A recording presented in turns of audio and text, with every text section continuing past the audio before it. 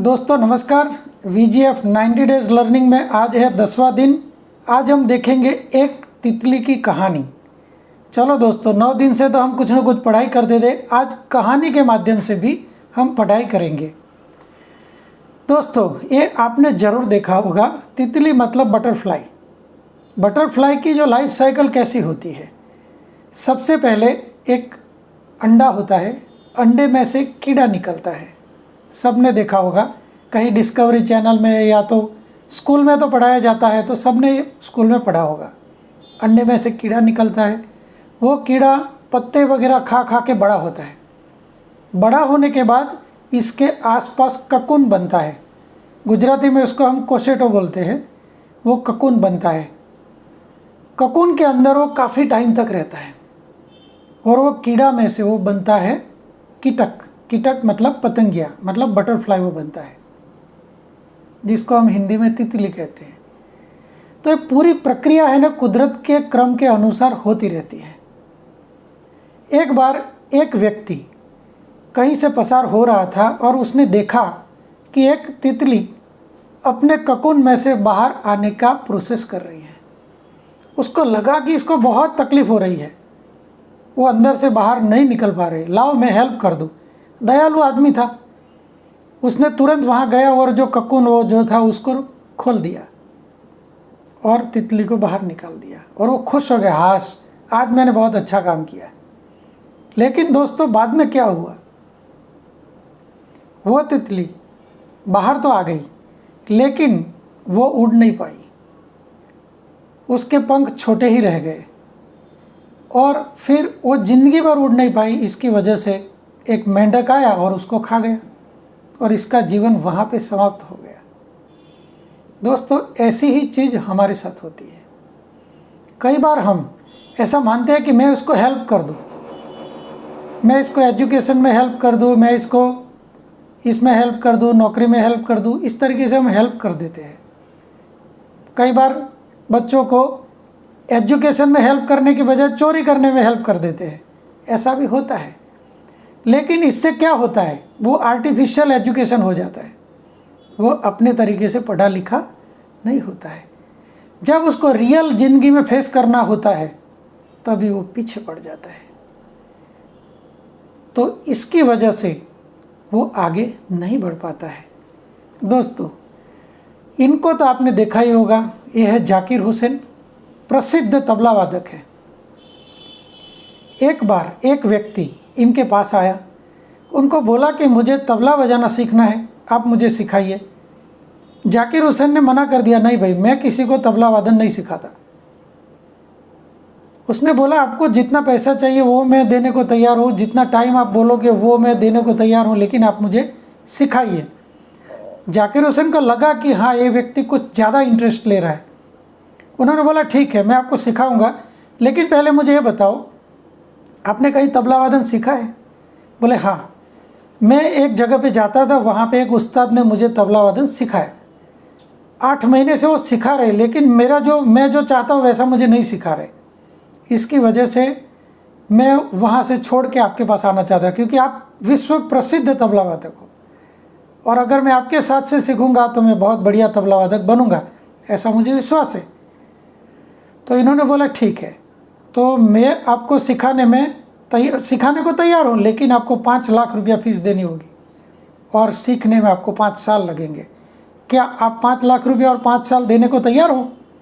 उसने बोला ज़रूर, आप जैसे प्रसिद्ध तबला वादक के पास अगर ये मुझे विद्या सीखने को मिलती है तो मैं 5 लाख रुपया भी दूंगा और 5 साल भी देने को तैयार हूँ।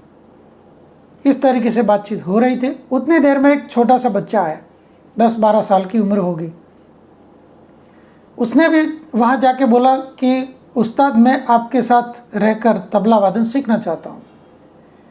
जाकिर हुसैन ने बोला भैया मैं कुछ भी फ्री में नहीं सिखाता, कोई भी विद्या अगर आपको सीखनी है तो उसका आपको पे करना होगा, तो क्या तुम पे करने को तैयार हो? उसने बोला हाँ मैं पे करने को तैयार हूँ, आप मुझे बताइए। इन्होंने बोला कि आपको 1 साल मेरे साथ रहना होगा और 1 लाख रुपया आपको फीस देनी होगी, क्या आप तैयार हो? तो बच्चे ने बोला हाँ मैं तैयार हूँ, मैं 1 लाख रुपया फीस भी देने को तैयार हूँ और 1 साल आपके साथ रह के सीखूँगा। तो जो पहले व्यक्ति आया था वो वहीं पे बैठा था। उसने बोला ये तो बहुत ही अन्याय है, ये बच्चा अभी आया है, उसको आप बोलते हो मैं एक साल में सिखा दूंगा और 1 लाख रुपया लूँगा। वही विद्या मुझे सिखाने के लिए आप 5 साल बोल रहे हो और 5 लाख रुपया मांग रहे हो, ये तो बहुत बड़ा अन्याय है। जाकिर हुसैन ने बोला अन्याय नहीं है, ये सच्ची बात है। ये लड़का जो है वो फ्रेश है, इसने आज तक कोई विद्या नहीं सीखी, इसलिए मुझे सिखाना बहुत आसान है। लेकिन आप सीख के आए हो, आपने 8 महीना किसी से ज्ञान लिया है, तो 4 साल तो आपको भुलाने में जाएंगे और 1 साल आपको सिखाने में जाएगा। दोस्तों यही हालत हमारे लोगों की होती है। हम भी जब से हमारा जन्म हुआ हम कोरी पाटी जैसे होते हैं, एकदम क्लियर कट। लेकिन कई लोग हमें सिखा देते हैं कि ये तुम कर सकते हो, ये तुम नहीं कर सकते हो। कई लोग हमें उंगली पकड़ के चला देते हैं, फिर हम आदी हो जाते हैं, हम दूसरे पे आधारित हो जाते हैं, फिर हम आगे नहीं सीख पाते। दोस्तों अभी हम आगे चलते एक और कहानी के लिए। एक छोटा बच्चा था, 10-12 साल की उसकी उम्र थी और उसको टेनिस खेलने का बहुत बढ़िया शौक़ था। वो जिस गांव में रहता था वहाँ एक छोटी सी टेनिस एकेडमी थी। वहाँ के एक इंस्ट्रक्टर उसको सिखाया करते थे और वो सीखता रहता था। वो देख के उसके पिताजी को लगा कि मेरा बच्चा जैसे सचिन तेंदुलकर क्रिकेट में मास्टर है, वैसे मेरा बच्चा टेनिस में मास्टर बन सकता है और इसका ज़बरदस्त विकास हो सकता है। लेकिन इसके लिए मुझे इसको अच्छी जगह पे सिखाना होगा, क्योंकि यहाँ मेरे छोटे गांव में छोटी एकेडमी में वो आगे नहीं बढ़ पाएगा। इन्होंने एक मित्र की सलाह ली कि भैया मैं क्या करूँ। तो मित्र बड़े विद्वान थे, उन्होंने पूछा कि आपको विश्वास है कि आपका बच्चा अगर अच्छी ट्रेनिंग लेगा तो बड़ा खिलाड़ी बनेगा। बोले हाँ मुझे बहुत विश्वास है, मेरा बच्चा बहुत आगे बढ़ेगा। लेकिन ये हमारे गांव में या हमारा जो छोटा सा सिटी है इसमें ये पॉसिबिलिटी नहीं है, तो हम क्या करें। तो बोले आपको कहीं बाहर जाना होगा। तो बाहर में कहाँ जाओ। तो इन्होंने ढूंढ निकाला कि बॉम्बे में एक बहुत बढ़िया एकेडमी है, वहाँ पे टेनिस सिखाया जाता है और अच्छे कोच है और वहाँ से काफ़ी लोग टेनिस सीख कर विख्यात हुए हैं। तो मैं भी वहाँ चला जाऊँ तो ये काम हो सकता है। लेकिन सबसे बड़ी दिक्कत है कि मेरा यहाँ पे घर है, मेरा यहाँ पे कारोबार है, व्यवसाय है। अगर मुझे बच्चे के साथ वहाँ जाना है तो मुझे सारा घर और कारोबार सब यहाँ से निपटा के वहाँ जाना होगा और वहाँ मुझे नए सिरे से बिजनेस डेवलप करना होगा, क्योंकि इनकम तो करनी होगी।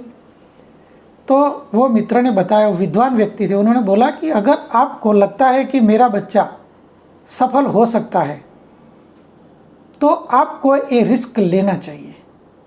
आपको आपके बच्चे पे भरोसा है तो रिस्क लेना चाहिए। दोस्तों रिस्क लिए बिना कुछ भी नहीं हो सकता ज़िंदगी में। इन्होंने डिसाइड किया कि चलो मैं चला जाता हूँ। उन्होंने अपना सारा कारोबार यहाँ से समेट लिया, घर भी बेच दिया और वो चले गए बॉम्बे। वहाँ जाके एक नया घर खरीदा और नया बिजनेस शुरू किया और बच्चे को एक अच्छी एकेडमी में, जहाँ से बड़े बड़े खिलाड़ी लोग बाहर निकले थे, वही उसको डाल दिया। अब ट्रेनिंग वहाँ पे शुरू हुआ। 1 साल के बाद वो विद्वान मित्र फिर से मुंबई गए। उन्होंने सोचा कि हमारे मित्र बॉम्बे ट्रांसफ़र हो गए, चलो जाके पूछता हूँ। वो वहाँ जाके मिले। मित्र आपका बच्चा अभी कैसा ग्रो कर रहा है, उसकी टेनिस की पढ़ाई कैसी चल रही है, वो कैसा ग्रो कर रहा है बताइए। बोले भैया मैं तो यहाँ पे आके फंस गया, आपने सलाह दी थी और मैंने वैसा कर दिया, लेकिन यहाँ मेरे बच्चे को कुछ भी नहीं सिखा रहे, तो अभी कर क्या रहे। बोले कि वो अभी मेरे बच्चे को सुबह 4 बजे बुलाते हैं, स्टेडियम में राउंड लगवाते हैं, 1.5-2 घंटे तक इतना राउंड लगवाते हैं वो थक जाए। इसके बाद बोलते हैं कि ये जो सीढ़ियाँ है स्टेडियम की, उसके ऊपर 2 सीढ़ी छोड़ के तीसरे पे जंप लगाओ। जंप लगाते लगाते ऊपर जाओ और जंप लगाते लगाते नीचे आओ। वो बच्चा बेचारा थक जाता है, 2-3 घंटे में इतना थक जाता है, फिर बोलते हैं थक गया बच्चा, जाओ वापस जाओ, कल सुबह फिर से आ जाना। 1 साल से उसको यही कर रहे हैं। अभी तक उसके हाथ में रैकेट तक नहीं पकड़ा है। मैं तो सोचता हूँ कि मैं गलत आ गया, मुझे फिर से वापस मेरे गांव में जाना चाहिए और मेरा जो पुराना कारोबार था मैं फिर से वहाँ डेवलप कर लूँगा और वही एकेडमी में मेरे बच्चे को डाल दूँगा। अगर हम वहीं पे रहे होते तो इसका और विकास हो गया होता और वो स्टेट लेवल या तो नेशनल लेवल कहीं पे तो ज़रूर पहुँचा होता। विद्वान मित्र ने बोला नहीं, जो भी अभी आपके बच्चे के साथ इंस्ट्रक्टर जो करवा रहे वो बहुत ही सही करवा रहे हैं। अभी आपको पता नहीं है, टेनिस तो कोई भी सिखा देगा, लेकिन उसका जो बॉडी है उसको मजबूत करने का जो काम है, जिसमें वो दौड़ेगा, वो कूदेगा, इससे उसका बॉडी मजबूत होगा, उसका विल पावर मजबूत होगा, इसके बाद उसको टेनिस सिखा देंगे वो। तो वो बिल्कुल सही रास्ते पे चल रहे हैं, इसलिए आपको सोचने की ज़रूरत नहीं है, जहाँ पे वो विश्वास करो और आगे बढ़ते रहो। दोस्तों, सेम चीज़ हमारे साथ होती है। हम VGF क्लब में जुड़ जाते हैं। VGF क्लब में जुड़ने के बाद हम 2 4 5 लोगों को मिलते हैं। कुछ लोग हमारी टीम में जुड़ भी जाते हैं, लेकिन बाद में हम अटक जाते हैं, क्योंकि हमारा इसमें पूरा एजुकेशन नहीं होता है। हम कभी रेगुलर लर्निंग नहीं करते हैं, क्योंकि ये पूरा साइकोलॉजिकल गेम है। VGF क्लब मतलब आपको सामने वाले की मानसिकता को समझना है। जब तक आप उसके दिमाग को नहीं समझोगे, तब तक आप अपना बिजनेस उसको नहीं सिखा सकते। लोग आप पे भरोसा करके जुड़ तो जाएंगे, लेकिन आगे नहीं बढ़ेंगे, क्योंकि जो एजुकेशन आपको लेना है वो उसको भी लेना है। लेकिन अभी हम वो एजुकेशन लेते नहीं हैं और वो एजुकेशन उसको देते नहीं हैं, इसकी वजह से वो अटक जाते हैं। दोस्तों, खुशी की बात यह है कि जनवरी 2021 से VGF लोकल मार्ट शुरू होने वाला है। अभी भी हमारे पास 2 महीने का टाइम है। अभी से हमें हमारी साइकोलॉजी को चेंज करना है और हमें किस तरीके से व्यापारियों के पास जाना है, किस तरीके से बात करना है, वो हमें सब कुछ सीखना है। जैसे ही आप VGF लोकल मार्ट प्रमोट करने जाओगे, तुरंत पूछेंगे कि आपने VGF कैसे ज्वाइन किया। लोकल मार्ट तो जनवरी में शुरू है, आप तो 1 साल से काम कर रहे हो, 6 महीने से कर रहे हो, तो आपने अभी तक क्या किया। तो तुरंत आप बताओगे कि मैंने टूर पैकेज परचेज करके VGF में ज्वाइनिंग किया। प्लान से भी मुझे इतना अर्निंग हो रहा है, ज्वाइनिंग से भी इतनी इनकम हो रही है और लोकल मार्ट से भी इतनी इनकम हो रही है, मतलब मैं ड्यूअल इनकम कमा रहा हूँ। तो अपने आप वो दुकान वाले व्यक्ति भी आपकी टीम में ऑटोमेटिक जुड़ जाएंगे, तो आपका नेटवर्क ऑटोमेटिक बढ़ता जाएगा। तो दोस्तों, हमारा आज का इंटेंशन ये की है कि आपको तितली को बाहर निकलने में मदद नहीं करनी है, उसको अपने आप बाहर निकलने के लिए प्रेरणा देनी है। या तो सिर्फ देखते रहो, वो अपने आप बाहर आएगी, क्योंकि ये नेचुरल प्रोसेस है। जो भी व्यक्ति अभी आपके काम नहीं कर रहे, सिर्फ उनको जगाना है, उनको हाथ पकड़ के एक बार चलाना है, फिर उनको चलना सिखाना है। अगर आपने ये सब सिखा दिया, वो अपने आप काम करने लगेंगे। आपने देखा होगा VGF क्लब एप्लीकेशन में कई बार लोग कंप्लेन करते, मेरी क्लब इनकम नहीं आई, मेरी एफिलेट इनकम नहीं आई, मेरा लीडरशिप इनकम नहीं आया। दोस्तों, ये सारा प्रोसेस ऑटोमेटिक है, लेकिन ये टेक्नोलॉजी का है। मान लो कभी आपकी कोई इनकम नहीं आई, तो आपको उनको सिखाना है कि सपोर्ट में जाओ, अकाउंट में लिखो कि मुझे एक इनकम नहीं मिली है। ऑटोमेटिकली उनकी क्वेरी रेज हो जाएगी और वो क्वेरी सॉल्व हो जाएगी।